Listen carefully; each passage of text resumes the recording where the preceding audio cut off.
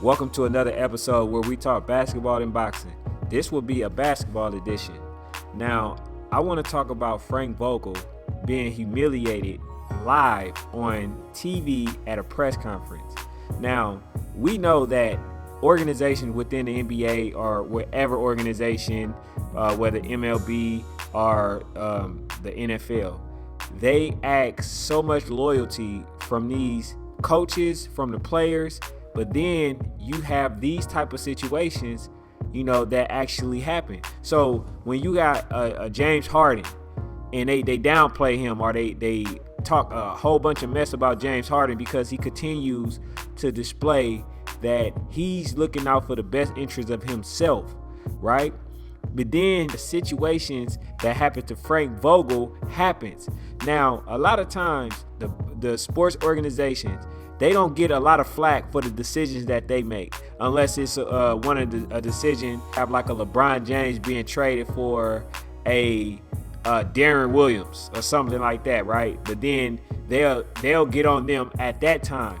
But when there's a scenario where an organization fires someone and then the way that they find out is through a press conference, nobody really gives them slack for that. Now, you might have some people talk about it, but they don't talk about it to the extent of the player when they decide to go to different team after team, especially if they're all-star, right? So there's an audio that I want to play that, Frank Vogel ended up going through, that he went through, right? That was very unfortunate. And I just think that, man, this is, classless. And I believe that's why people need to take their own likeness into their own hands, because they go through situations and people do not understand why people make certain decisions, right? But this is why. These people should not have to go through the public humiliation. There still are people. And for an organization to do that, and for an organization to preach loyalty and have no loyalty at all, is disingenuous. But without further ado, let's listen to what happened to Frank Vogel. Frank, right at the end of the game, Adrian Wojnarowski tweeted that the Lakers are going to be firing you, a decision they'll let you know tomorrow. Have you communicated with the front office at all about your future? And I guess, what's your reaction to hearing that? My reaction is I haven't been told, and I'm going to enjoy tonight's game, celebrate what these young guys did in terms of scratching and clawing, getting back in this game, getting a W, and we'll deal with tomorrow.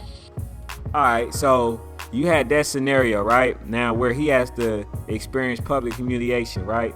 And then you got somebody like a LeBron James, who's partly at fault, and I would talk about that one as well, because I believe LeBron James has gotten more coaches fired than any other player in the history. All right, so I think that this was, like I said, it was classless. And the reason why I'm bringing LeBron up is because LeBron James is part of the reason why this man is getting fired. He basically quit on him really in the middle of the season. I really believe in the beginning of the season, because he didn't want him to be on the team. You know what I'm saying? So he wanted a different type of coach. I believe that LeBron James had a different vision when he decided to join the Lakers, and it didn't turn out the way that he wanted to. But at the same time, LeBron James should have been the one that took the heat for this season play, because he's the one that wanted the Russell Westbrook. He is the one that wanted AD. He's the one that wanted Carmelo Anthony. He's the one that wanted the majority of the players that was on the Lakers. But then it turned out that Frank Vogel did not really have much of a say about what went on. But at the same time, he got the short end of the stick, and he ended up getting embarrassed at the end of the day. So it's very unfortunate. But thank you guys for tuning in, and thank you guys for listening, and also subscribe to the channel if you haven't already. I'm out.